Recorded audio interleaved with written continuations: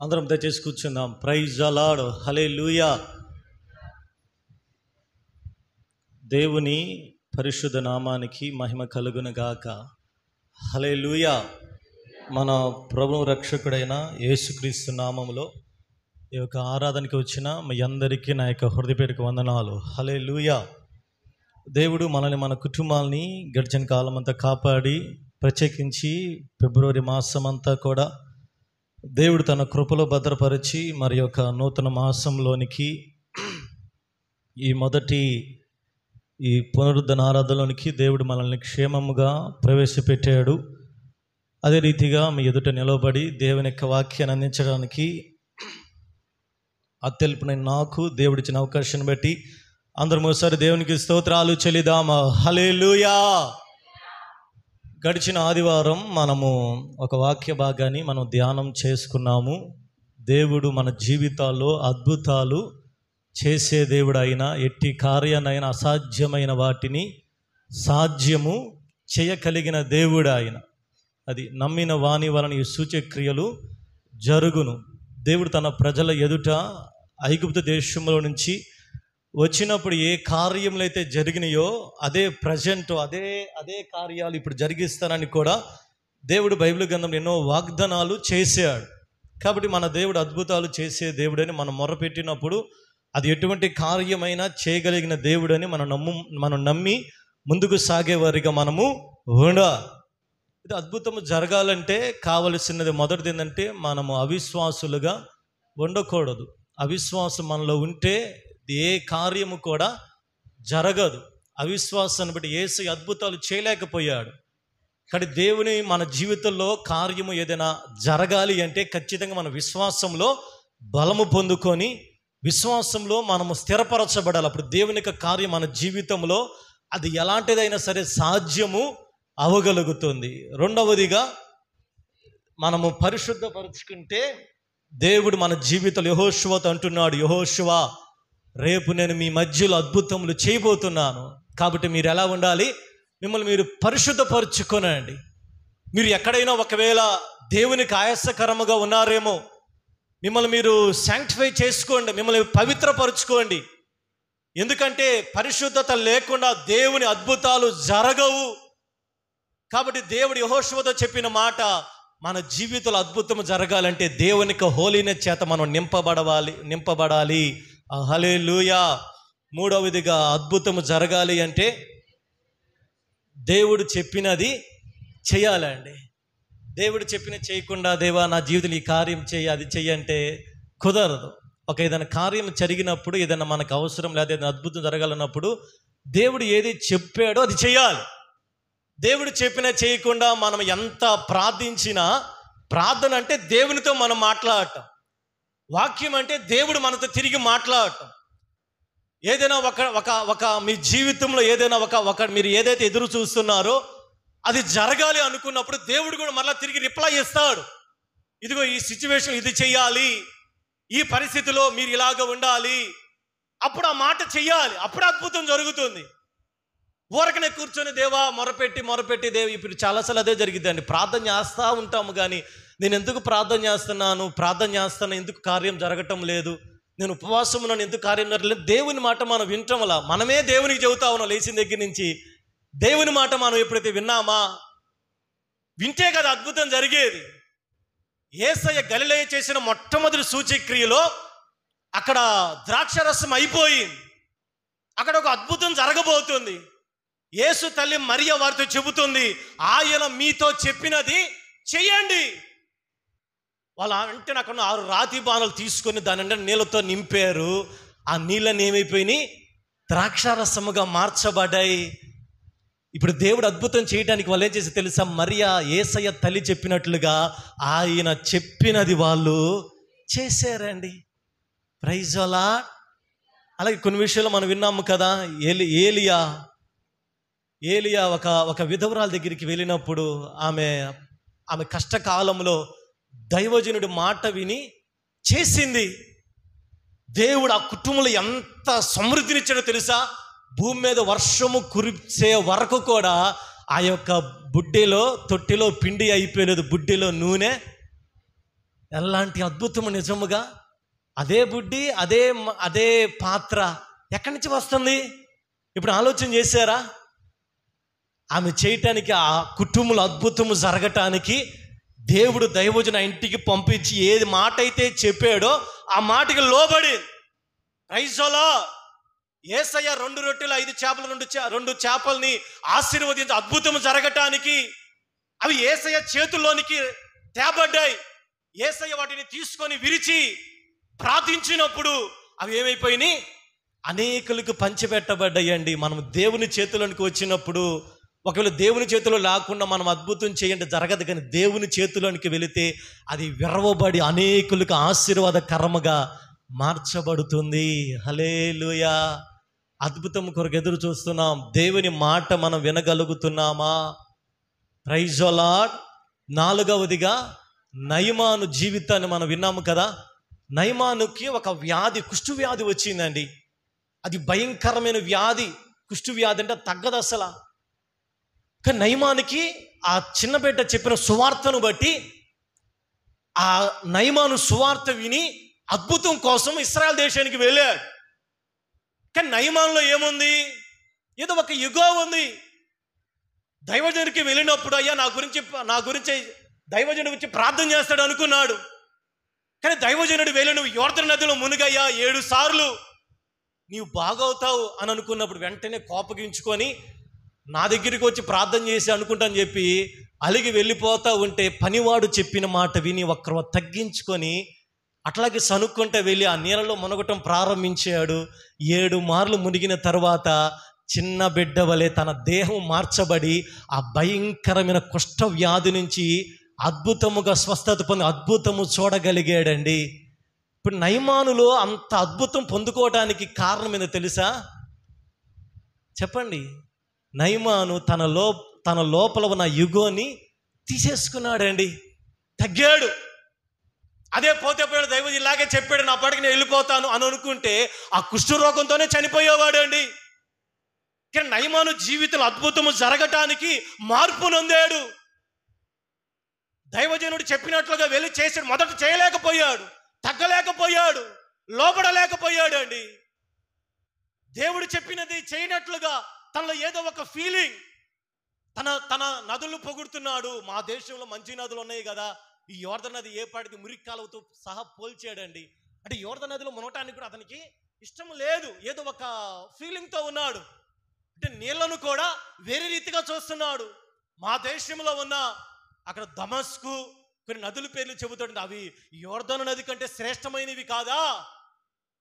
యోర్దను నది కంటే చూడండి ఎంత తన లోపల ఎంత గర్వము, ఎంత అహంకారం ఉందో. ఈ దేశం నేను మునిగేది యోర్దను నది చీపు నీళ్ళు, ఇలాంటి మా దేశం నీళ్ళు మునుగుతాను, అక్కడ చాలా శ్రేష్టమైంది అని అనుకున్నాడు. కానీ ఆ పనివాడు చెప్పిన మాటకి లోబడ్డాడు. కానీ లోబడే మనసు ఉందండి. Praise the lord. అనుకున్నాడు, సరే ఏదో ఒకట్లే వెళ్ళాడు. నీళ్ళు అడుగు పెట్టాడు. 7 మార్లు మునగంగానే చిన్న బిడ్డ వలె మార్పు నొంది అద్భుతము చూడగలిగాడండి. కొన్నిసార్లు మన జీవితంలో దేవుని కార్యము జరగకుండా ఏదో లోపల అడ్డుపడతా ఉండిద్దండి. ఏదో సంథింగ్, అది గర్వం కావచ్చు, అది లేకపోతే ఇగో కావచ్చు, అది ఏదైనా సరే అది మన లోపల తీసివేసుకున్నంత కాలం అద్భుతం జరగదండి. అది అక్కడే ఉండిపోయింది. మనం వ్యాధుల చేత, ఆ బాధల చేత, ఆ సమస్యల చేత మనం కొట్టుమిట్టాడుకుంటాం. కానీ ఇప్పుడైనా దేవుని దగ్గర, దేవా ఈ కార్యం ఎందుకు జరగటం లేదు, ఎందుకు నా అద్భుతం జరగటం లేదు? ఒకవేళ నయమానులాగా నేను కూడా ఏదైనా లోపల ఇగో ఉందా, నేను తీసివేసుకుంటాను ప్రభువా అని చెబితే, దేవుడు ఒకవేళ నయమాను జీవితంలో జరిగినట్లుగా మీ జీవితంలో అద్భుతము చేయగలడేమో. Praise the lord. అద్భుతాలు ఆగిపోలేదండి. మనమే మన అవిశ్వాసం ద్వారా ఆగిపోయినట్లుగా మనం ఫీల్ అవుతా ఉన్నాం. అవి ఆది సంఘంలో స్టార్ట్, ఇప్పటిదాకా అవి జరుగుతానే ఉన్నాయి. హల్లెలూయా. కాబట్టి ఈ 4 విషయాల్లో ఎక్కడ మనం ఉన్నామో, ఏ పరిస్థితిలో ఉన్నామో, దేవా మా జీవితంలో, మా కుటుంబాల్లో, మా బిడ్డల యొక్క అది ఏ స్థితిలోనైనా మీ కార్యము జరిగించండి ప్రభువా అంటే, మన దేవుడు సర్వశక్తి కలిగిన దేవుడు ఆయన. హల్లెలూయా. ఎలాంటి పరిస్థితులైనా మార్చగలిగిన దేవుడు ఆయన. ఎంతటి వ్యాధినైనా స్వస్థపరచగలిగిన దేవుడు ఆయన. ఎలాంటి నీళ్ళని ద్రాక్షరసముగా మార్చిన దేవుడు మీ జీవితాల్లో ఉన్న ప్రతి పరిస్థితులను కూడా మార్చగలిగిన దేవుడు ఆయన. చప్పలు కొడుతూ దేవుని యొక్క నామాన్ని మహిమపరుద్దాం. హల్లెలూయా, హల్లెలూయా. నీళ్ళనే ద్రాక్షరసముగా మార్చగలిగితే పరిస్థితులను దేవుడు మార్చలేడా? తప్పకుండా మార్చగలడు. హల్లెలూయా. ఎంతమందికి అద్భుతాలు జరగాలి? ఎంతమంది కోరుకుంటున్నారు? ఎంతమంది అయ్యా మా జీవితంలో దేవుడు అద్భుతాలు జరగాలండి ఎంతమంది ఆశిస్తున్నారు? ఖచ్చితంగా ఈ 4 ఫార్ములాస్ అనేది ఖచ్చితంగా ఉండాలండి. Praise the lord. మరొక వాక్యాన్ని ఈ వారం మనం ధ్యానం చేసుకుందాం. యోహాను రాసిన సువార్త 3వ అధ్యాయంలోనికి రండి. మొదటి నుంచి యోహాను రాసిన సువార్త చెప్పనివ్వండి అమ్మా, చెప్పనివ్వండి. యోహాను రాసిన సువార్త 3వ అధ్యాయము మొదటి నుంచి 6 వచనాలు ఇప్పుడు చదవండి. యూదుల అధికారి అయిన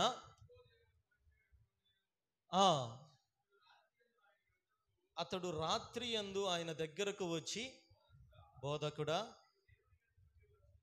నువ్వు దేవుని దగ్గర నుంచి వచ్చిన దేవుడు అతనికి తోడై ఉంటేనే గాని నీవు చేయుచున్న సూచక క్రియలను ఎవడును చేయలేడని ఆయనతో చెప్పాను. అందుకు యేసు అతనితో, ఒకడు క్రొత్తగా జన్మించితేనే కానీ అతడు దేవుని రాజ్యమును చూడలేడని నీతో నిశ్చయముగా చెప్పుచున్నాను. అందుకు నికోదేము, ముసలివాడైన మనుషుడు ఎలాగూ జన్మించగలడు? రెండవ మారు తల్లి గర్భమందు ప్రవేశించి జన్మించగలడా అని ఆయనను అడుగగా, యేసు ఇట్లా, నేను ఒకడు నీటి మూలముగాను ఆత్మ మూలముగాను జన్మించితేనే కానీ దేవుని రాజ్యములో ప్రవేశింపలేడని నీతో నిశ్చయముగా చెప్పుచున్నాను. శరీర మూలముగా జన్మించినది శరీరమును, ఆత్మ మూలముగా జన్మించినది ఆత్మయునై ఉన్నది. చాలండి. దేవుడి కొద్ది మాటలు దీవించును గాక. హల్లెలూయా. ఈ చదవబడిన లేఖన భాగంలో యోహాను సువార్త 3వ అధ్యాయంలో ఇక్కడ నికోదేము అనే ఒక మనుష్యుడు ఉన్నాడండి. ఆయన ఒక యూదుల అధికారి. యూదుల అధికారి అంటే యూదులకి అంటే యాక్చువల్గా ఇశ్రాయేలు ప్రజల్లో యూదులు అనగా మనకు గుర్తుకొచ్చేది దేవుని యొక్క ప్రజలు. పాత నిబంధన గ్రంథంలో వాళ్ళందరినీ కూడా యూదులుగా, ఆ యూదులో కొన్ని తెగలు ఉన్నాయండి. పరిసయ్యులు, సద్దూకయ్యులు, శాస్త్రులు, శుంకరులు, అలాగే ఇంకా కొన్ని గ్రూప్స్ ఉన్నాయి. వీళ్ళందరూ ఎప్పటి నుంచి ఉన్నారంటే దాదాపు మోషే ధర్మశాస్త్ర కాలం, అంటే ఆ యొక్క జరిగిన విషయాలన్నీ కూడా వాళ్ళకి బాగా తెలుసు. అంటే వీళ్ళ పాత్ర ఏంటంటే క్రొత్త నిబంధన గ్రంథంలో పరిసయ్యులు కానీ, సద్దూకయ్యులు కానీ, శాస్త్రులు కానీ, శుంకరులు కానీ, వీళ్ళ యొక్క వంతు ఏంటంటే వీళ్ళు ధర్మశాస్త్రం వీళ్ళకి బాగా తెలుసు. వీళ్ళకి ప్రార్థన చేయడం తెలుసు.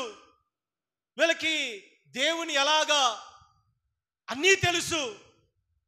కానీ ఒకరోజు ఈ యూదుల అధికారి పరిసయ్యుడు ఈ నికోదేముకి యేసయ్య దగ్గరికి రావాలని ఉంది. ఇంకొక విషయం ఏంటంటే పరిసయ్యులకి, సద్దూకయ్యులకి, అలాగే శాస్త్రులకి, వీళ్ళందరికీ యేసయ్య అంటే పడదండి. ప్రైజ్ అలా ధర్మశాస్త్రం గురించి తెలుసు. అలాగే పాత గ్రంథం మొత్తం కూడా వాళ్ళు కళ్ళు మూసుకొని అప్పు చెప్పగలరండి. అంటే అంత జ్ఞానం వాళ్ళకి. వాళ్ళు ఎక్కడెక్కడ ఏ వచ్చిన ముందు ప్రతిదీ చెప్పగలరు. దేవుని దగ్గర ఎలాగ ప్రార్థించాలో తెలుసు. దేవునికి ఎలా కానుక ఇవ్వాలో తెలుసు. దేవుని ఎలాగా అన్నీ తెలుసు వాళ్ళకి. కానీ యేసయ్య తెలియదు. ప్రైజ్ అలా. అందుకనే మనకి ఒకరోజు యేసయ్య చెప్పాడు, 2 వ్యక్తులు మందిరానికి వెళ్ళారు ప్రార్థన చేయటానికి. అక్కడ ఎవరెవరు అంటే పరిసయ్యుడు, శుంకరి. 18వ అధ్యాయంలో ఉంటుంది కదా. పరిసయ్యుడు ఏం చేస్తున్నాడు? ప్రార్థన చేస్తున్నాడు. అంటే పరిసయ్యుడికి ప్రార్థన చేయటం వచ్చు. రెండోదిగా ఆ ప్రార్థనలో అన్నీ చెప్పాడు అండి. తను చేసేదంతా చెప్పాడు. నేను కానుకిస్తున్నానయ్యా. మనకేం కనపడుతుంది ఆ ప్రార్థనలో? నేను ఉపవాసం ఉంటున్నాను అంటే ఉపవాసం ఉంటున్నారు, కానుకిస్తున్నాడు, ప్రార్థన చేస్తున్నాడు. ఎక్కడున్నాడు? దేవుని మందిరంలోనే ఉన్నాడు. కానీ ఈ పరిసయ్యులు ఎన్నోసార్లు యేసయ్య మాట ఏ రోజు కూడా వినలేదండి. యేసయ్య ఒకటి చెబుతుంటే వాళ్ళు ఇంకొక రీతికి అర్థం చేసుకుంటున్నారు. యేసయ్యని ఎన్నోసార్లు చిక్కుపరచాలని, యేసయ్యని ఎన్నోసార్లు కలవరపరచాలని, ఎన్నిసార్లు యేసయ్యని శోధించినా ఎక్కడా కూడా, యేసయ్య అనంత జ్ఞాని కాబట్టి ఎక్కడ కూడా వాళ్ళకి అవకాశం ఇవ్వకుండా వాళ్ళు అడిగిన దానికి అడిగినట్టుగా చాలా జ్ఞానముగా యేసయ్య ఉత్తరం ఇచ్చాడు. కాబట్టి పరిసయ్యులకి యేసయ్యకి పడదు కాబట్టి, ఈ నికోదేము కూడా పరిసయ్యుడు కాబట్టి అర్ధరాత్రి వేళ ఎందుకు యేసయ్య దగ్గరికి వెళ్ళాడు అంటే, ఒకవేళ పగలు వెళితే అందరికీ తెలిసి ఎగతాళి చేస్తారని, అందరికీ తెలిసి కోపగించుకుంటారని, ఎవరికి తెలియని సమయంలో అర్ధరాత్రి వేళ యేసయ్య దగ్గరికి వెళ్ళి ఒక మాట అడుగుతున్నాడండి. ఏమని అడుగుతున్నాడు? బోధకుడా, నువ్వు దేవుని యొద్ద నుంచి వచ్చిన బోధకుడు అని మేము ఎరుగుదాం. దేవుడు అతనికి తోడై ఉంటేనే గాని ఎవడును చేయలేడని ఆయనతో చెప్పాను. ఈయన పరిసయ్యుడు వచ్చి యేసయ్యని అడుగుతున్నాడు, అయ్యా నీకు దేవుడు తోడై ఉన్నాడు, నీకు దేవుడు తోడుగా ఉండకపోతే నువ్వు ఏమీ చెయ్యవు అంటే, ఇక్కడ యేసయ్యని ఈ వ్యక్తి ఒక మనిషిగానే చూస్తున్నాడండి. ఇక్కడ యేసయ్యని అభిషేక్తుడిగా ఒప్పుకోవటం లేదు, యేసయ్యని దేవుడిగా ఒప్పుకోవటం లేదు. కానీ పరిసయ్యుడు ఏం చేస్తున్నాడంటే, అయ్యా నీకు దేవుడు తోడుగా ఉన్నాడు కాబట్టి ఏం నువ్వు చేస్తున్నావు కానీ, లేకపోతే నీకు అసాధ్యం అని చెప్పాడు. యేసయ్య అతని గురించి తెలుసుకున్న వ్యక్తి కాబట్టి ఇక్కడ యేసయ్య డైరెక్ట్గా అతనితో ఒక ఒక ఒక ఒక ఉత్తరం ఇస్తున్నాడు. అదేం తెలుసా? ఒక మనుష్యుడు క్రొత్తగా జన్మించితేనే కానీ దేవుని రాజ్యములో ప్రవేశించాడు. అలాగే 6వ వచనములో శరీర మూలముగా జన్మించినది శరీరమును, ఆత్మ మూలముగా జన్మించినది ఆత్మ మూలమునై ఉన్నది. ఇక్కడ యేసయ్య పరిసయ్యుడికి అనగా నికోదేముకి యేసయ్య తెలియచేయాలనుకున్న ఆ అర్థము ఏమిటి అంటే, ఆ భావము ఏమిటి అంటే, ఒక వ్యక్తి దేవుని నమ్ముకుంటే సరిపోదు, ఒక వ్యక్తి దేవుని యొక్క వాక్యాన్ని చదివితే సరిపోదు, ఒక వ్యక్తి దేవుని మందిరానికి వస్తే సరిపోదు, ఒక వ్యక్తి ఆత్మ మూలముగా జన్మించాలి, ఆత్మ సంబంధులుగా మార్చబడాలి. ఆత్మ సంబంధులుగా మార్చబడితేనే మన ద్వారా దేవునికి ప్రయోజనము కలుగుతుంది. ఈ పరిసయ్యులకు అన్నీ తెలుసు, కానీ ఆత్మ సంబంధులుగా లేరండి, శరీర సంబంధాలుగానే ఉన్నారు. బైబిల్ తెలుసు, ప్రార్థించడం తెలుసు, దేవునికి కానుకివ్వటం తెలుసు, ఉపవాసం ఉండటం తెలుసు, అన్నీ తెలుసు. కానీ వాళ్ళు ఎలాగ ఉన్నారంటే శరీర రూపముగానే ఆలోచన చేస్తున్నారండి. ఇప్పుడు యేసయ్య పరిసయ్యుడికి నికోదేముకి ఆయన యొక్క పద్ధతిలో చేయాల్సిన టీచింగ్ ఏంటంటే, నికోదేం ముందు ఒక వ్యక్తి నీటి మూలముగాను ఆత్మ మూలముగాను జన్మించితేనే కానీ తప్ప దేవుని రాజ్యములో ప్రవేశించాడు. ఆ మాట కూడా నికోదేముకి అర్థము కాల. ఎందుకని? శరీర సంబంధంగా ఉంటే ఆత్మ సంబంధమైన మాటలు అర్థము కావండి. నికోదేము మరలా తిరిగి యేసయ్యతో అంటున్నాడు, అయ్యా ఇది ఎలాగ సాధ్యం? ముసలివాడైన మనుష్యుడు ఎలాగూ జన్మించగలడు? 2వ మారు తన తల్లి గర్భమందు ప్రవేశించి జన్మించగలడా అని ఆయనను అడిగాను. అక్కడ వెంటనే యేసయ్య అంటున్నాడు, ఒకడు నీటి మూలముగాను ఆత్మ మూలముగాను జన్మించితేనే కానీ దేవుని రాజ్యంలో ప్రవేశింపలేడని నీతో నిశ్చయముగా చెప్పుచున్నాను. కాబట్టి ఈరోజు ప్రియ దేవుని సంఘం, మనం పరిసయ్యులాగా ఉండకూడదు, నీవు పరిసయ్యుడిగా ఉండకూడదు, నువ్వు పరిసయ్యులకు సంబంధించిన ఆ యొక్క బ్యాచ్లను ఉండకూడదండి. మనం ఎలాగ ఉండాలో తెలుసా? ఆత్మ సంబంధులుగా ఉండాలి. మనం ఏమనుకుంటామంటే, దేవుని మందిరానికి వెళ్ళాము కదా, బాప్తిసం రక్షణ పొందాం, ప్రార్థన చేస్తున్నాం, ఉపవాసం ఉన్నాం, దేవుని కానికిచ్చి ఇంక అయిపోయింది. అదే నిజమైన క్రైస్తవ జీవితం అయితే ఈ మందిరాలు కానీ ఇవన్నీ వ్యర్థమండి. మనం అలా ఆలోచనలో ఉంటే, మనం అదే తలంపులో ఉంటే, నేను మందిరానికి వెళ్తున్నాను కదా, నేను దేవుని దగ్గర ప్రార్థన చేస్తున్నాను కదా, నేను ఉపవాసం ఉంటున్నాను కదా, నేను దేవుని కానుకిస్తున్నాను కదా, చాలు ఇంకా నా క్రిస్టియన్ లైఫ్ అయిపోయింది. ఒకవేళ మనం అదే ద్వారంలో ఉంటే నువ్వు పరిసయ్యుని యొక్క జాబితాలో నీవు ఉన్నావు. మరేం చేయాలో తెలుసా? ఆత్మ సంబంధులుగా మార్చబడాలి, ఆత్మీయమైన వ్యక్తులుగా మార్చబడాలి. ఎందుకంటే యేసయ్య అన్నాడు ఆయన రాజ్యం ఎలాంటిది తెలుసా? యోహాను సువార్త 18:16 చదవండి. యోహాను సువార్త 18:16. 18:16.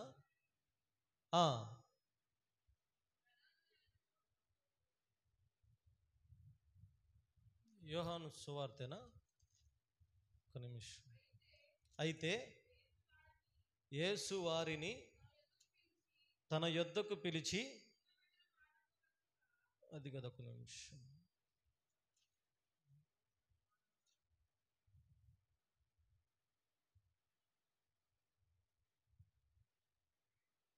నా రాజ్యము ఇహ సంబంధమైనది కాదు. ఎక్కడది?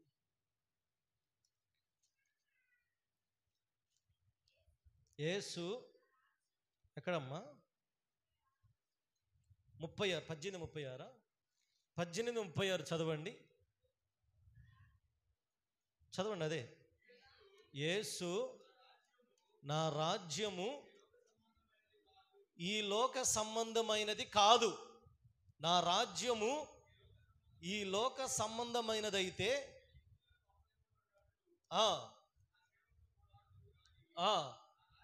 నా రాజ్యం ఇహ సంబంధమైనది కాదు. ఇక్కడ యేసయ్య పిలాతును చూచి చెబుతున్న మాట, నా రాజ్యం ఈ లోక సంబంధమైనది కాదు, నా రాజ్యము భౌతిక సంబంధమైనది కాదు, నా రాజ్యము లోక సంబంధమైనది కాదు, నా రాజ్యము ఆత్మ సంబంధమైనది అని ఎన్నోసార్లు పౌలు కూడా తన పత్రికలో చెప్పిన మాట. ఇద్దరు వ్యక్తుల గురించి చెప్పాడండి. ఎక్కడ చూసినా ప్రకృతి సంబంధులు, లోక సంబంధులు, శరీర సంబంధులు అనే మాట మనకి చాలాసార్లు కనపడుతుంది. వీళ్ళందరూ ఎవరు? ఈ శరీర సంబంధులు కానీ, లోక సంబంధులు కానీ, ప్రకృతి సంబంధులు కానీ ఎవరు? వీళ్ళందరూ అన్యులు కాదండి, అన్యులు కాదండి. ఎవరు? అందుకని మనం స్పష్టంగా యోహాను లేదా యోధా రాసిన పత్రిక 1వ అధ్యాయం 19వ వచనం చదువుని మనకు అర్థమవుతుంది. అట్టివారు ప్రకృతి సంబంధులను ఆత్మ లేని వారునయ్యుండి భేదములు కలుగు చేయుచున్నారు. చదువుని తర్వాత, ప్రియులారా, అతి పరిశుద్ధమైన దాని మీద మిమ్మల్ని మీరు కట్టుకొనుచు. ఇక్కడ యోధా భక్తుడు ఒక ప్రజల గురించి చెబుతున్నాడు అండి. అట్టి వారు ఆత్మ లేని వారునయ్యుండి ప్రకృతి సంబంధులు. పౌలు గారు అంటారు మరొక చోట శరీర సంబంధులు.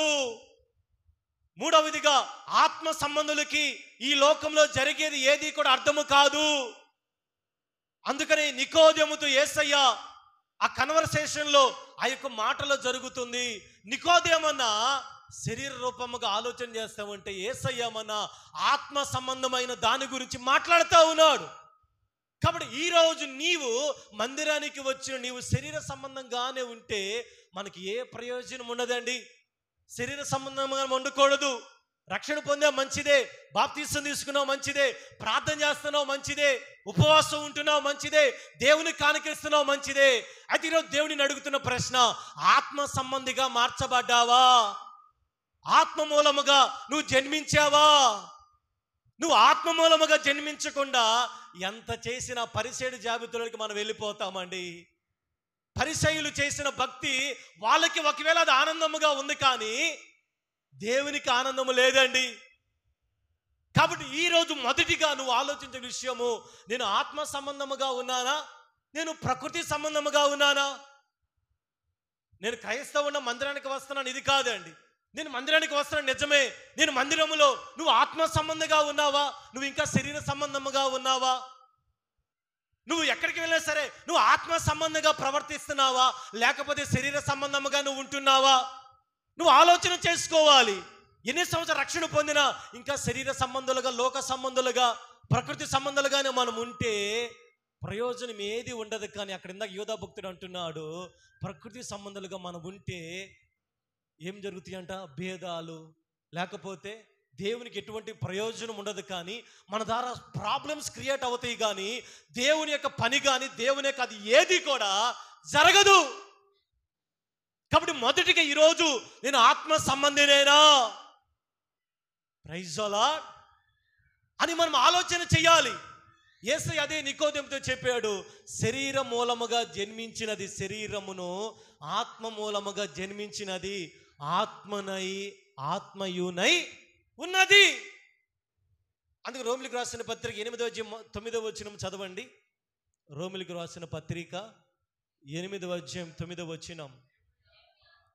దేవుని ఆత్మ మీలో నివసించిన ఎడల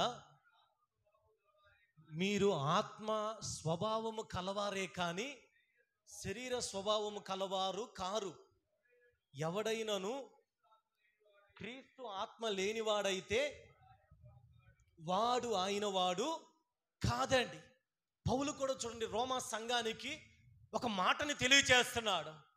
దేవుని ఆత్మ మీలో ఉంటే మీరు ఆత్మ స్వభావము కలవారే కానీ శరీర స్వభావము కలిగిన వాళ్ళు కాదు. దేవుని ఆత్మ మీలో లేకపోతే మీరు శరీరానుసారముగానే ప్రవర్తిస్తారు. మన మాట కానీ, మన పద్ధతి కానీ, మన యొక్క ప్రవర్తన కానీ మనం శరీర సంబంధంగానే ఉంటాము. కానీ దేవుని ఆత్మ మనలో ఎప్పుడైతే నివసిస్తాడో మనం ఎలాగ మార్చబడతాం తెలుసా? ఆత్మ స్వభావముగా మార్చబడతాం. హల్లెలూయా. కాబట్టి ఈరోజు మొదటిగా ఆత్మ సంబంధులుగా నువ్వు ఉన్నావా? ఆత్మీయమైన వ్యక్తిగా మార్చబడ్డావా?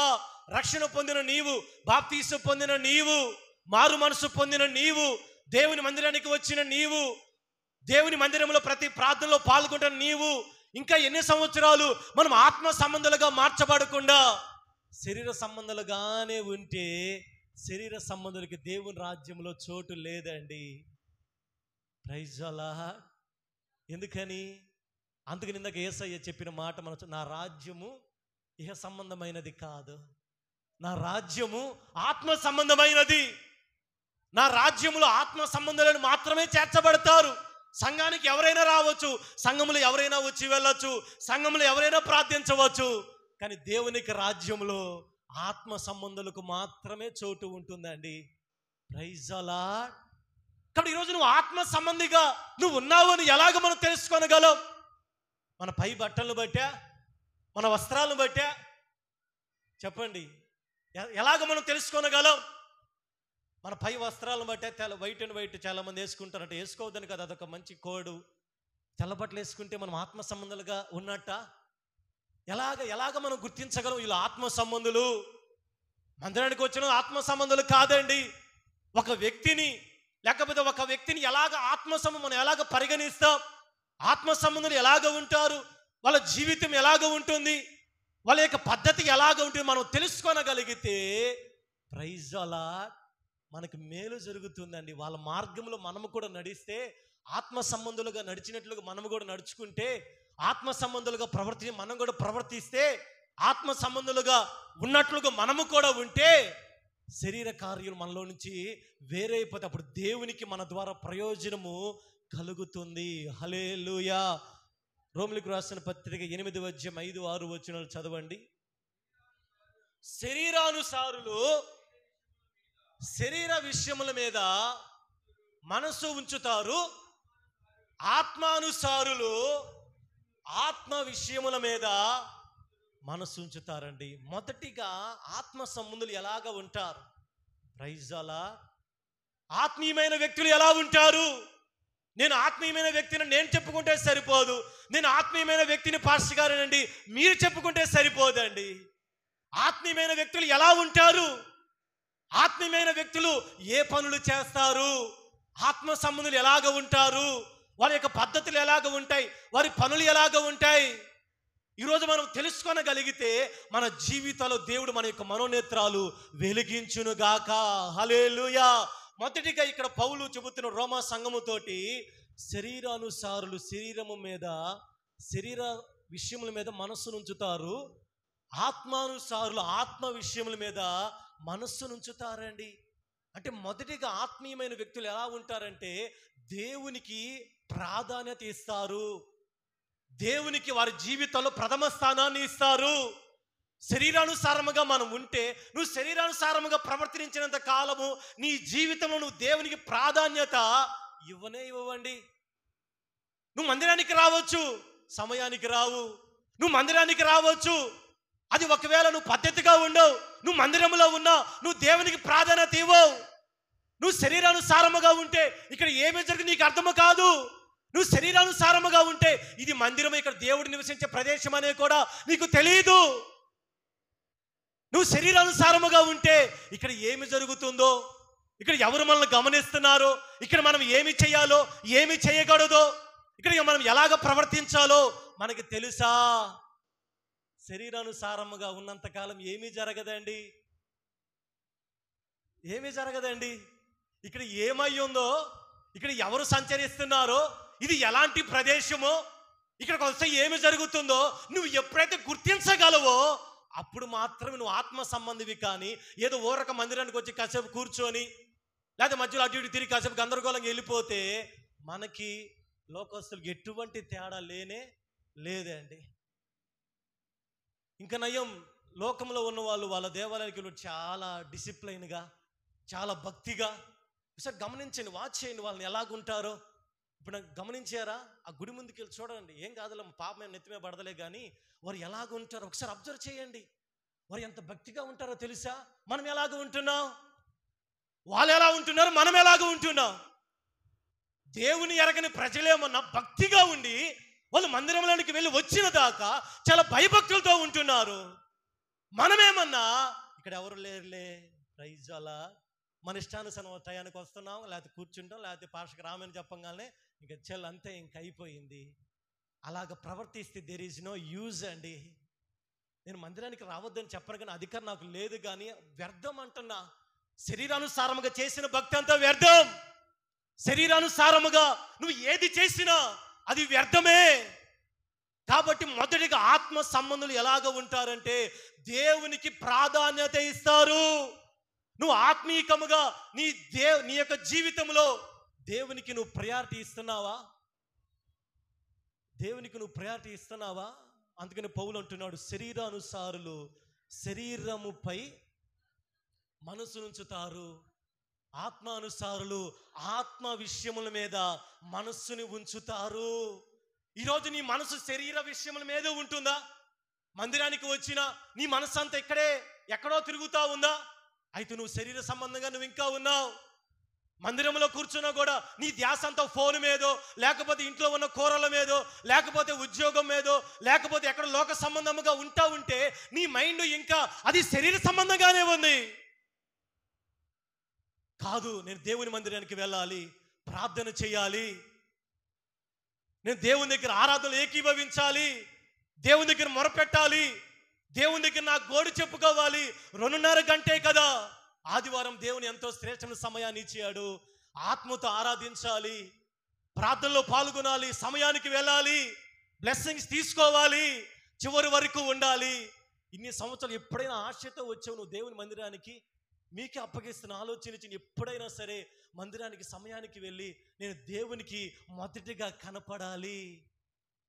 Praise the lord. సరే, మందిరానికి వచ్చాం. ఈ 2.5 గంటలో ఎక్కడైనా ఈ 2.5 గంట ఆత్మీయంగానే మనం ఉంటున్నామా? ఇక్కడ కూర్చొని కూడా మన లోకమంతా అదే సామెతలాగా బాడీ ప్రెజెంట్, మైండ్ ఆబ్సెంట్. అంటే శరీరంగానే వస్తున్నామండి, కానీ మైండ్ ఆబ్సెంట్. మనం ఇక్కడే ఉంటాం, కానీ మన మనసంతా లోకంలో తిరుగుతూ ఉండిద్ది, ఎక్కడెక్కడో తిరుగుతూ ఉండిద్ది. యోబు గ్రంథంలో కాబట్టి దేవుడు అడిగినప్పుడు అక్కడ సాతాను అడుగుతాడు, సాతాను ఎక్కడి నుంచి వచ్చావు అంటే అక్కడ ఇక్కడ తిరుగుతా ఉన్నానయ్యా. నువ్వు శరీరంతో ఇక్కడికి వస్తే ఏం ప్రయోజనం అండి? మీ మైండ్ ఇక్కడ ఉంటే ఇక్కడ ఏమి జరుగుతుందో, దైవజనులు మనకి ఏ మాటలు అందిస్తున్నారో ఆ మాటలు వింటే మనకు ప్రయోజనము. కానీ శరీరానుసారముగా వచ్చి కాసేపు కూర్చొని ప్రైజ్ ది లార్డ్. చాలామంది నిద్రపోతున్నారు, హల్లెలూయా, ప్రైజ్ ది లార్డ్. నిద్రలో జోగుతూ ఉంటారండి చాలామంది వాక్యం చెప్పేటప్పుడు. శరీరానుసారముగా ఉంటే అసలు దేర్ ఈజ్ నో యూజ్ అండి. అందుకని సంఘములతో ఆత్మ చెప్పుచున్న మాట చెవి గలవాడు వినును కాక. ఏ చెవితో మనం వస్తున్నాం? దురద చెవులతో వస్తున్నామా? ఇంత ఇక్కడ ఆరో జరుగుతుంది. చాలామంది అసలు ఏందో అసలు అనాలోచనగా శరీర సంబంధంగా బయటికి రండమ్మా. ఆల్రెడీ 2 నెలలు అయిపోయినాయి, జనవరి అయిపోయింది, ఫిబ్రవరి అయిపోయింది, క్యాలెండర్ అప్పుడే ఒక షీట్ మార్చేసాం, స్పీడ్గా వెళ్ళిపోతా ఉంది. ఇంకెంతకాలం శరీర సంబంధాలుగా ప్రవర్తిస్తాం? నువ్వు ఆత్మీయమైన వ్యక్తి అంటే నీ జీవితంలో ఆత్మ సంబంధమైన అన్ని విషయాల్లో నువ్వు ప్రాధాన్యత ఇవ్వాలి. దేవునికి ప్రాధాన్యత లేకుండా నీ ఇంటిలో, నీ యొక్క జీవితంలో, నీ యొక్క పనిలో నువ్వు దేవునికి ప్రాధాన్యత లేకుండా నేను ఆత్మ సంబంధిని దేవా అంటే ముందు ప్రాధాన్యత ఇవ్వమని దేవుడు అంటాడండి. నువ్వు దేవునికి నీ జీవితంలో ఎంత ప్రాముఖ్యతనిస్తున్నావు? ఇప్పుడు ఆలోచన చేసేవా? దేవుడు నీ జీవితంలో ఎక్కడ ఉన్నాడు? ఫస్ట్లో ఉన్నాడా, లాస్ట్లో ఉన్నాడా? నీ ఉద్యోగంలో, నీ స్టడీలో, నీ యొక్క స్కూల్లో, కాలేజీలో, అది ఏదైనా దేవుడు నీ జీవితంలో ఎక్కడ ఉన్నాడు? ప్రథమమైన వ్యక్తిగా ఉన్నాడా, రెండవ వ్యక్తిగా ఉన్నాడా? అసలు దేవుడే లేకుండా కొన్ని జీవితాలు గడిచిపోతా ఉన్నాయండి. మాకు దేవునితో పని లేదు. క్రైస్తవులను ఇవన్నీ అన్యులు కాదు, దేవుని ఎరిగిన ప్రజలు మాకు దేవునితో పని లేదని చెప్పి హాయిగా గడుపుతున్నారండి మందిరాలకి రాకుండా. ఎంత విచారమో తెలుసా? దేవుడు లేకుండా మనం ఏదైనా చేయగలమా? ఎంత బాధేసిద్ది అంటే దేవుడు ఎవరో తెలిసి, దేవుడు ఏమి చేయగలరో తెలిసి కూడా దేవుని దగ్గర రాకుండా మనం తప్పించుకొని తిరుగుతున్నామంటే అసలు దేవుడు లేకుండా ఏదైనా చేయగలమా? ఒక్క ఇంచు లేపగలమా దేవుడు లేకుండా? చెప్పండి అమ్మా. మనకిచ్చినంత దేవుడే కదా ఏదైనా మనం అనుభవించే, అది ఏదైనా దేవుడిచ్చిందే కదా. ఇప్పుడు అటువంటి దేవుడి నీ జీవితంలో ప్రథమ స్థానంలో ఉన్నాడా? నువ్వు ప్రాధాన్యత ఇవ్వగలుగుతున్నావా? లేకపోతే ఇంకా శరీరానుసారముగానే నువ్వు ప్రవర్తిస్తా, శరీరానుసారముగానే నువ్వు ఆలోచన చేస్తా ఉంటే నీ ద్వారా దేవునికి ఏ ప్రయోజనము ఉండదండి. ఒకరోజు యేసయ్య ఒక ఇంటికి వెళ్ళాడు. లూకాసు వార్త 10వ అధ్యాయంలో యేసయ్యని ఇద్దరు అక్కా చెల్లెలు రిసీవ్ చేసుకున్నారు, మార్తా, మరియా. యేసయ్యని పిలిచారు, యేసయ్య వెళ్ళాడు. మార్త ఏమన్నా యేసయ్యని పిలిచి కుర్చీ వేసి కూర్చోబెట్టి లోపలికి వెళ్ళింది. మరి ఏమన్నా అంటే ఎన్నోసార్లు విన్నాం, ఆయన పాదాల దగ్గర కూర్చొని వింటా ఉందండి. మార్త ఏమన్నా యేసయ్య ఏం తింటాడు, నాటుకోడా, గారెలా? సరే వెంటనే నానబోసింది, గ్రైండర్కి వేసింది, నాటుకోడి తెచ్చి మొత్తం లోపలికి, బయటికి రాలేదండి అసలు. యేసయ్య దగ్గరికి పిలిచింది, బయటికి రాలే ఇంకా. అంటే ఇప్పుడు మరియా, మార్త ఏం ఆలోచన చేస్తారు? మీరు ఆలోచన చేశారా? యేసయ్య ఏం తింటాడు? యేసయ్య నాటుకోడి పెడితే 2 మార్కులు ఎక్కువ వస్తాయి, యేసయ్యకి లేకపోతే గారెలు పెడితే అని ఆలోచన గమనించారా? ఆమె ఏమనుకుంది? శరీరానుసారంగా ఆలోచన చేస్తూ ఉంది. అమ్మో యేసయ్యకి పెట్టాలి, యేసయ్యకి మా రాక మా ఇంటికి వచ్చాడు. కానీ యేసయ్యకి అది ఇష్టము లేదండి. మరియేమన్నా ఆత్మీయముగా ఆలోచించింది. మరి యేసయ్య దొరికాడు, వచ్చాడు మా ఇంటికి, ఆయన పాదాల దగ్గర కూర్చొని వాక్యము చెప్పించుకోవాలి, వాక్యాన్ని వినాలి అని యేసయ్య పాదాల దగ్గర కూర్చొని ఆయన చెప్పే బోధ వింటా ఉంది. ఇంకొక స్త్రీ ఏమన్నా లోపలికి వెళ్ళి అసలు బయటికి రాలా, వంట రూమ్లో నుండి చికాకు పడతా ఉంది. వచ్చి యేసయ్య మీద సనుగుతా ఉంది, యేసయ్య నీకు చింత లేదా, నీకు బాధ లేదా, నీకు జాలి లేదా? నేనేమో నీకు ఇంత మంచి ఆహారం చేస్తా ఉంటే నా అక్క మరియమ్మని వచ్చి నీ పాదాల దగ్గర కూర్చుంది, ఒకరు పంపించయ్యా సహాయం చేయటానికంటే వెంటనే యేసయ్య కోపం వచ్చిందండి. మార్తా, మార్తా, ఎందుకు? Why are you worry about all these thing? ఎందుకు నువ్వు అంత వరీ అవుతున్నావు? దానికి ఎందుకు చింతపడుతున్నావు? ఎందుకు నిన్ను ఎవరు అడిగారు? నీకు అంత వంట చేయి నేను అడగలేదు కదా, ఎందుకు నువ్వు టెన్షన్ పడుతున్నావు? మరియా ఉత్తమమైన దాన్ని ఎంచుకుంది. మార్తా, నువ్వు శరీరానుసారంగా నువ్వు ఆలోచన చేస్తున్నావు. మార్తా ఇప్పుడు ఒకవేళ మనం మార్తలాగే ఉంటున్నామండి. శరీరానుసారంగా మనం ఆలోచన చేస్తున్నాము, కానీ యేసయ్య ఎందుకు వచ్చాడో, యేసయ్య ఏమి చేయడానికి వచ్చాడో మార్తకి అర్థము కాలేదండి, మరియకి అర్థమైంది. ఏమర్థమైంది తెలుసా? మనుషుడు రొట్టె వలన మాత్రము కాదు, దేవుని నోటి నుంచి వచ్చు ప్రతి మాట వలన జీవిస్తాడు అని. చప్పలు కొడుతూ దేవుని యొక్క నామాన్ని మహిమపరుద్దాం. మార్తకి అర్థము కాలా. మార్త ఈ లోక సంబంధంగానే ఆ తిండి మీద, ఈ లోక సంబంధంగా వాటి మీదే ఆలోచన చేస్తా ఉందండి, భౌతికముగానే ఆలోచన చేస్తా ఉంది. కానీ మరియా ఆత్మీయముగా ఉంది కాబట్టి యేసయ్య తన ఇంటికి రావడం ఎంతో గొప్పగా ఫీల్ అయిపోయి ఒక్క నిమిషం కూడా వృధా చేసుకోకుండా ఆయన చెప్పే బోధ వింటా ఉంది. అందుకని యేసయ్య చివరిలో అన్నాడు కదా, మరియా ఉత్తమమైన దాన్ని ఎంచుకుంది, అది ఆమె యొద్ద నుంచి తీసివేయబడదని ఆమెతో చెప్పాను. Praise the lord. అందుకు ప్రభు, మార్త నీవు అనేకమైన పనుల గురించి విచారము కలిగి తొందరపడుచున్నావు, కానీ అవసరమైనది ఒకటే, మరియ ఉత్తమమైన దాన్ని ఏర్పరచుకున్నది ఆమె యొద్ద నుంచి తీసివేయబడదండి. ఇక్కడ ఈరోజు నువ్వు మార్తగా ఉన్నావా, మరియగా ఉన్నావా? Praise the lord. నువ్వు ఇంకా శరీరానుసారం నువ్వు ఆలోచన చేస్తున్నావా? దేవుడు మనకి దగ్గరగా ఉన్నా శరీరానుసారం మనం ప్రవర్తిస్తున్నామా? మరి ఏమన్నా యేసయ్య మాటలు వింటా ఉంది. నాకు భోజనం అవసరం లేదు, చాలు యేసయ్య మాటలే జీవము కలిగిన మాటలు. దేవుని మాటే శక్తి కలిగిన మాట. దేవుని మాటే మనకు ఆరోగ్యం ఇచ్చేది. దేవుని మాటే మనల్ని బలపరిచేది. దేవుని మాటే మనకు ఆయుష్నిచ్చేది. ఈరోజు ప్రజలు దేవుని మాటని కాకుండా పనుల కోసం మనం ఎంతో టెన్షన్ పడుతున్నాము తెలుసా? ఎంతమంది లేరే అండి? ఎంతమంది మార్తలాగా మనం మన ఉద్యోగాలకి ఇంపార్టెన్స్ ఇస్తున్నాం దేవుని కంటే. ఉద్యోగం చేయకూడదని కాదు, వ్యాపారం చేయకూడదని కాదు, చదువుకోకూడదని కాదండి. ఏది చేసినా మొదట దేవునికి నువ్వు ప్రాధాన్యత ఇస్తే, ప్రైజ్ ది లార్డ్, నీ పనిలో, నీ ఉద్యోగంలో, నీ చదువులో దేవుడు నీకు ఇచ్చిన ఏదైనా నీ ప్రయారిటీ నువ్వు దేవునికి ఇవ్వగలిగితే ఆ రోజంతా, ఆ జీవితం అంతా ఎంతో ధన్యకరముగా ఉంటుందో తెలుసా? Praise the lord. మన జీవితంలో దేవునికి అసలు చోటు లేకుండా మన ఇష్టానుసారంగా మనమే మార్తలాగా టెన్షన్ పడి, అబ్బో ఈరోజు అక్కడికి వెళ్ళొచ్చింది, ఇక్కడికి వెళ్ళొచ్చింది, అబ్బో టెన్షన్ పడి ఒత్తిడి పడితే దేర్ ఇస్ నో యూజ్ అండి. ఎటువంటి ఉపయోగం ఉండదండి.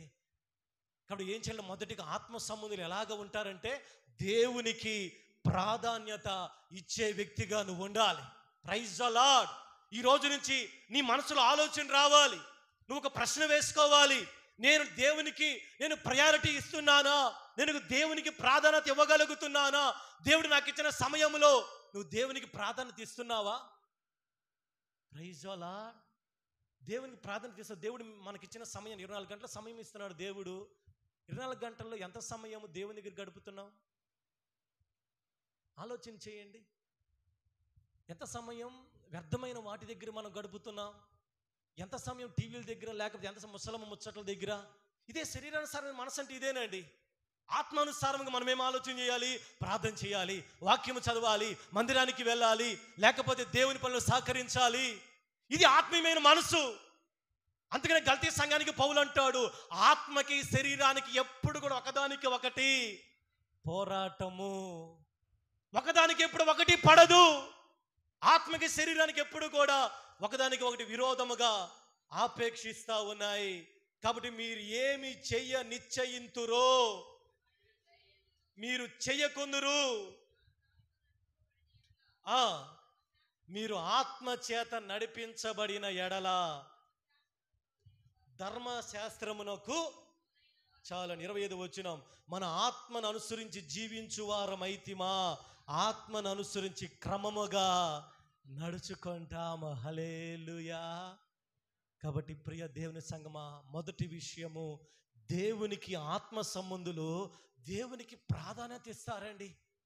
నీ కుటుంబంలో కుటుంబ ప్రార్థన అయినా, నీ వ్యక్తిగత జీవితం అయినా, నీ యొక్క పర్సనల్ లైఫ్ అయినా, నువ్వు దేవునికి ఎక్కువ ప్రాధాన్యత ఇస్తే దేవుడు నీ జీవితంలో ఉంటాడు.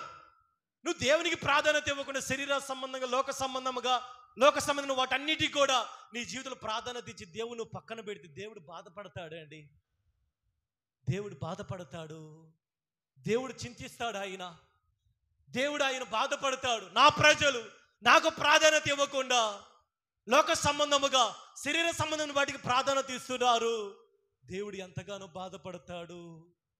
కాబట్టి ఈరోజు నువ్వు శరీర సంబంధముగా ఉంటే నువ్వు దేవుణ్ణి సంతోషపరచలేవు. శరీర సంబంధముగా ఉంటే నువ్వు దేవుణ్ణి ఆనందింప చేయలేవు. నువ్వు శరీర సంబంధంగా ఆలోచన చేస్తే నువ్వు దేవుని తృప్తిపరచలేవు. నువ్వు శరీర సంబంధముగా ఉంటే నువ్వు ఏది చేసినా అది దేవునికి యోగ్యకరముగా ఉండదు. కాబట్టి మన జీవితంలో మనం ఆత్మ సంబంధులుగా మార్చబడాలి అంటే ఏం చేయబడాలంట? దేవుణ్ణి మన జీవితంలో ప్రాధాన్యత ఇవ్వాలి. దేవుడు మనకిచ్చిన సమయాన్ని దేవునికి మనం ప్రాధాన్యత ఇవ్వాలి. రెండవదిగా, దేవుడు మీకు ఇస్తున్న అది ఏ పరిస్థితి అయినా వాటిలో దేవునికి ప్రాధాన్యత ఇవ్వాలి. దేవుడు మీకు ఇచ్చిన ధన విషయంలో దేవునికి ప్రాధాన్యత ఇవ్వాలి. మూడవదిగా, దేవుడు మనకిచ్చిన ఈ జీవితంలో, రోమిలికి రాసిన పత్రిక 12వ అధ్యాయంలో, సహోదరులారా, కాబట్టి సహోదరులారా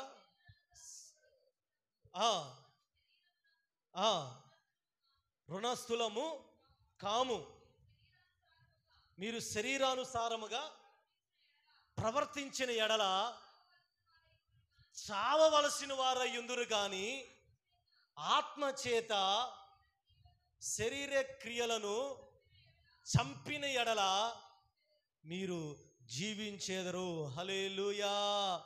అలాగే రోమ 12:1 కాబట్టి సహోదరులారా, పరిశుద్ధమును దేవునికి అనుకూలమైన సజీవ యాగముగా మీ శరీరములను ఆయనకు సమర్పించుకొనుడి.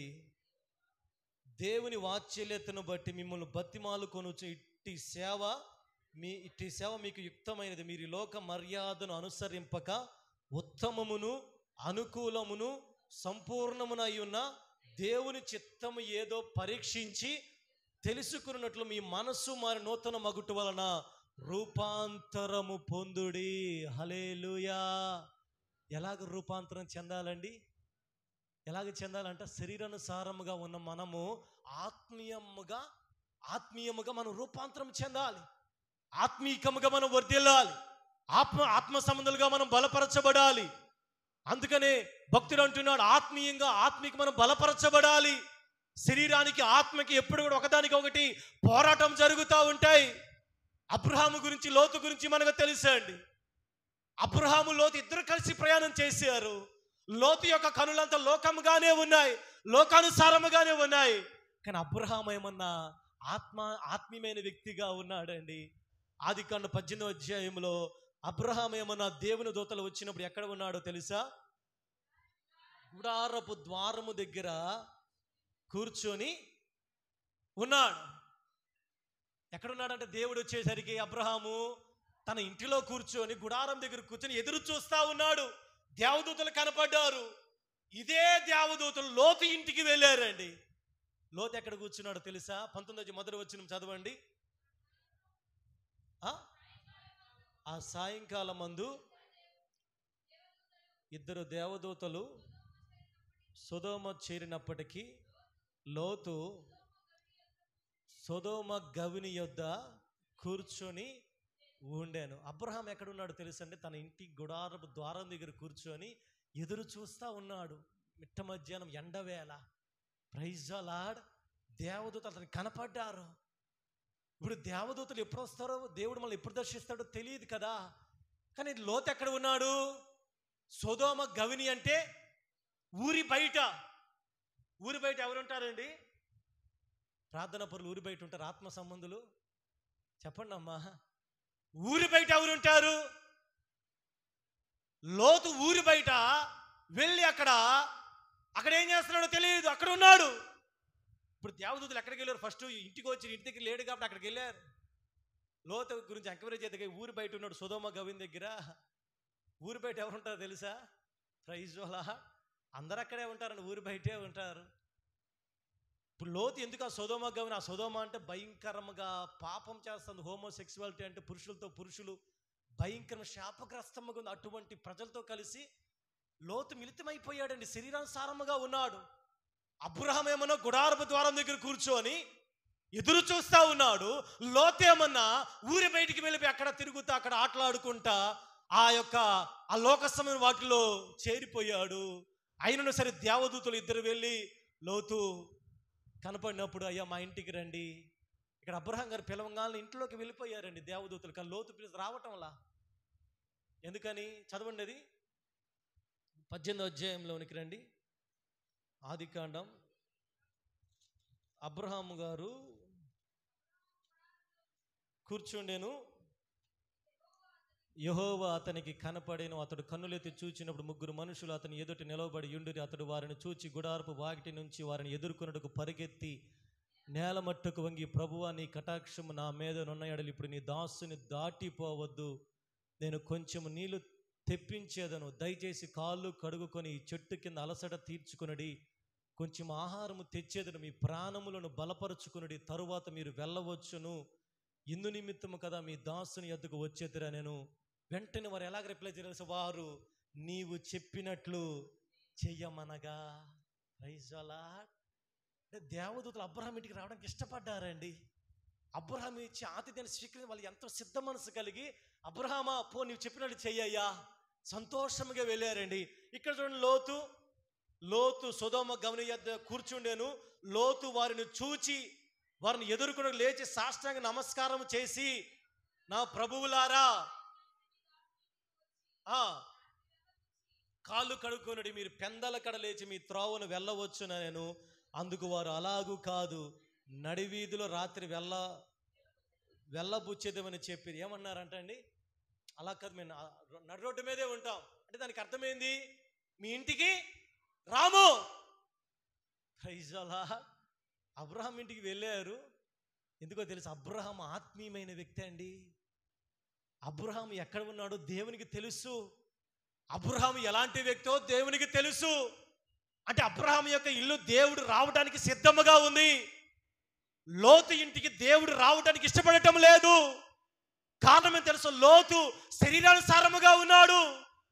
లోతు యొక్క ఆలోచన, లోతు యొక్క మనసంతా ఆ సొదొమ మీదే ఉంది.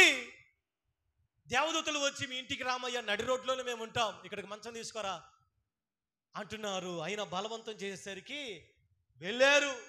వారు అతని తట్టు తిరిగి అతని ఇంట ప్రవేశించి అతడు వారికి విందు చేసి పొంగని రొట్టెలు కాల్చగా వారు భోజనము చేశారు. వెంటనే ఆ జరిగిన విషయం తెలుసు కదా, పాపాత్మలందరూ వచ్చి ఆ దేవతతో పాపం చేయటానికి ఆ ఇంటిని చుట్టుముట్టేశారండి. ఎంతో భయంకరమైన పరిస్థితి. ఆ లోతు గ్రహించలేకపోయాడు తెలుసా. ఆ ఊరు మంచిది కాదు. లోతే కోరుకున్నాడు, సొదొమ గొమొర్రా దగ్గరికి వెళ్ళాలని లోతే కోరుకున్నాడు అండి. అబ్రహాం ఏమన్నా మంచి ఆత్మీయంగా ఉన్న ప్రదేశాన్ని కోరుకున్నాడు. లోతేమన్నా సొదొమ గొమొర్రా కోరుకున్నాడు. లోతుకు తెలియదంటారా సొదొమ పట్టణం ఎలాంటిదో? తెలుసు. కానీ లోతు అక్కడే ఉండటానికి ఇష్టపడ్డాడు. ఎందుకో మరి ఆ ప్రాంతం ఉండటానికి ఇష్టపడ్డాడు. ఈరోజు మనము కూడా మన చుట్టుపక్కల ఎటువంటి వారైనా మనం ఏం చేస్తాం తెలుసు, కొంతమంది మనం వాళ్ళతోనే స్నేహం చేయడానికి ఇష్టపడతామండి. మనకు ఎవరైతే దేవునికి విరోధంగా ఉంటారో వాళ్ళతో కలిసే తిరగడానికి ఇష్టపడతాం. దేవునికి వ్యతిరేకంగా ఎవరైతే ఉంటారో వాళ్ళతోనే మన స్నేహం. దేవుడు అంటున్నాడు, ఈ లోకముతో స్నేహము దేవునితో వైరమని మీరు ఎరగరా. మనము దేవునికి విరోధముగా దేవునితో స్నేహము చేయకుండా, దైవికమైన వ్యక్తులతో స్నేహము చేయకుండా, లోక సంబంధముగా దేవునికి విరోధముగా నడిచే వాళ్ళతో స్నేహము చేస్తే మనం కూడా వాళ్ళు అయిపోతాము. కానీ మనము శరీర సంబంధాలుగానే ఉంటాము, కానీ ఆత్మీయమైన వ్యక్తులుగా మనం మార్చబడమండి. లోతు కూడా సొదొమ గొమొర్రా యొక్క పట్టణంలో చేరిపోయాడు. దేవదూతలు వారి ఇంటికి వచ్చేసరికి ఆ చుట్టుపక్కల ఉన్న వాళ్ళు అక్కడ చూడండి, పిల్లలు పెద్దలు అందరూ కూడా, సొదొమ మనుషులు 4 వచ్చిన బాలురు వృద్ధులు ప్రజలందరూ నలుదిక్కుల నుంచి వచ్చి ఆ ఇల్లు చుట్టేశారండి. చూడండి ఎంత ఘోరంగా ఉన్నారు. చిన్నపిల్లలు కూడా వచ్చారంట. బాలురు అంటే అంతే కదా, బాలురు అంటే అంతే కదండి.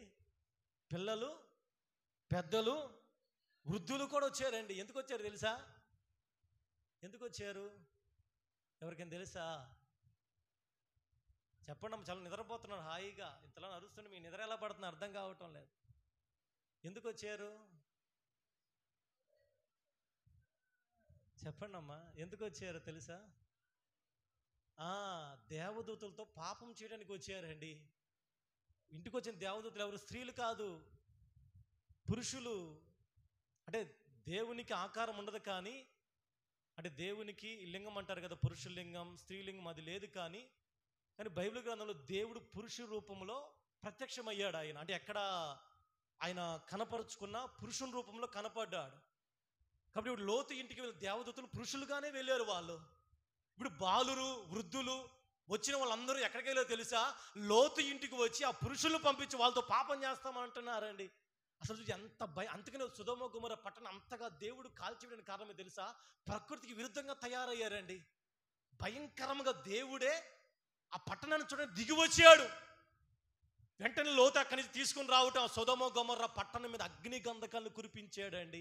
ఇప్పటికీ ఉన్నాయి తెలుసా ఆధారాలు, ఇప్పటికీ ఉన్నాయి, రుజువులన్నీ ఉన్నాయి. ఆ సొదొమ గొమొర్రాల పట్టణాల మీద దేవుడు పంపించిన అగ్ని గంధకాలు ఇప్పటికీ ఆ పట్టణం అలాగే ఉండిపోయింది. ఆ పట్టణం ఇప్పటికీ అలాగే ఉండిపోయిందండి. మన పురావస్తు శాస్త్రవేత్తలు ఒకసారి ఆ పట్టణానికి వెళ్తే ఈ పురుషుడు కలిసి పాపం చేస్తున్న ఆ యొక్క స్కెలిటన్ ఆంతిని ఉందంట. నేను ఈ మధ్య అక్కడ ఫోటోలో చూశాను, ఎంత భయంకరమైన తెలుసా. కానీ లోతు అలా అటువంటి పరిస్థితులు ఉండటానికి ఇష్టపడ్డాడు అండి. కారణం తెలుసు, లోతు శరీర సంబంధంగానే ఉన్నాడు. కానీ అబ్రహాం అలాగ లేడండి, ఆత్మ సంబంధముగా మార్చబడ్డాడు. హల్లెలూయా. అబ్రహాము ఒకప్పుడు శరీర సంబంధే, ఒకప్పుడు విగ్రహములు అమ్ముకునే వ్యక్తే. అబ్రహాము యొక్క ఊరు అనే ప్రదేశం నుంచి వచ్చిన వ్యక్తే. అబ్రహాము బబులోను దేశంలో ఉన్న వ్యక్తే. కానీ అబ్రహాము ఆత్మీయమైన వ్యక్తిగా మార్చబడ్డాడు. తన జీవితం అంతా కూడా దేవునికి ప్రాధాన్యత ఇచ్చే వ్యక్తిగా ఉన్నాడు. దేవుడు ఏది అడిగితే అది చేస్తున్నాడు. దేవుడు ఒకరోజు ప్రత్యక్షమై, అయ్యా నీ బిడ్డను నాకు ఇచ్చేసాయి, ఇచ్చేసాడండి. Praise the lord. అబ్రహాము చూడండి ఎంత ప్రాముఖ్యతని ఇస్తున్నాడు, తన దేవునికి ఎంత ప్రాధాన్యత ఇచ్చాడో. దేవుడు ఏదైతే చేస్తున్నాడు, దేవుడు ఎక్కడికి వెళ్ళమంటే అక్కడికి వెళ్తున్నాడు, దేవుడు ఏది విడిచిపెట్టమంటే అది విడిచిపెట్టేశాడు. కాబట్టి అబ్రహాము అంతగా దేవుడు ఆశీర్వదించాడండి. ఇప్పుడు ఎక్కడికి వెళ్ళినా దేవుడే నిజముగా దేవుడే సంతోషించాడంట. అందుకని హెబ్రీ పత్రిక చివరిగా ప్రార్థన చేసుకున్న 12వ అధ్యాయంలో దేవుడు అంటున్నాడు, నేను అబ్రహాము దేవుని అనిపించుకోవడానికి ఆయన సిగ్గుపడలేదు. హెబ్రీ పత్రిక 11వ అధ్యాయంలో అబ్రహాము పిలువబడినప్పుడు విశ్వాసమును బట్టి 16వ వచనం, అయితే వారు మరి శ్రేష్టమైన దేశమును అనగా పరలోక సంబంధమైన దేశమును కోరుచున్నారు, అందుచేత తాను వారి దేవుడినని అనిపించుకున్నటకు దేవుడు వారిని గురించి సిగ్గుపడలేదండి.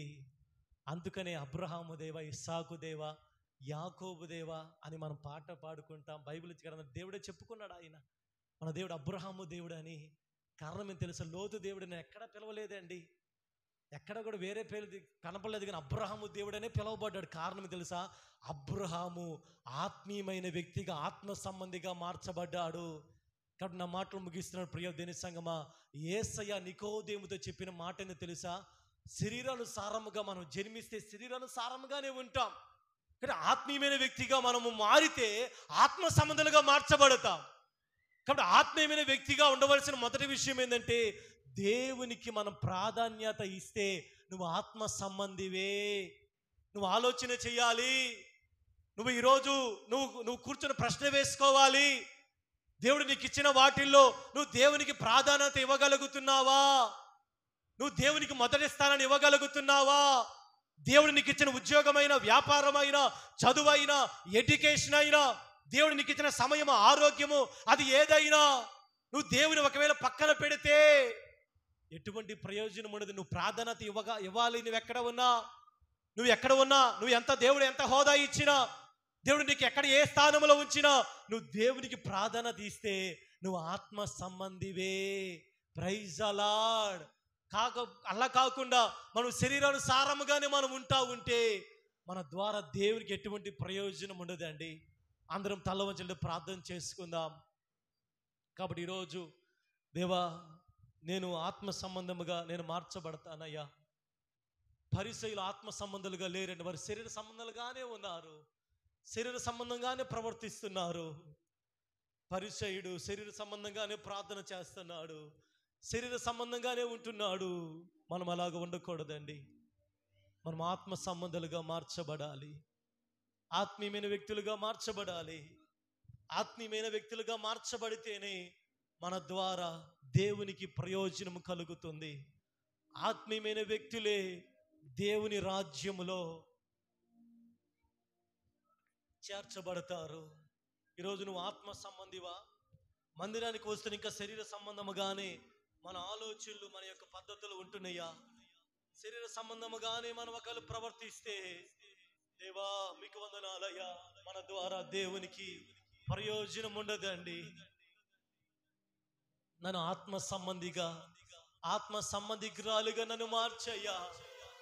నేను శరీర సంబంధముగా నేను ఉండకూడదు నాయన. Thank you lord.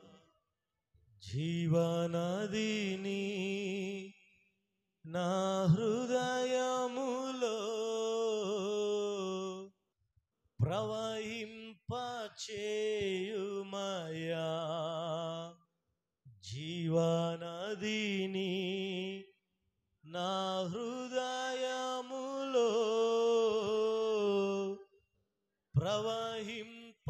చే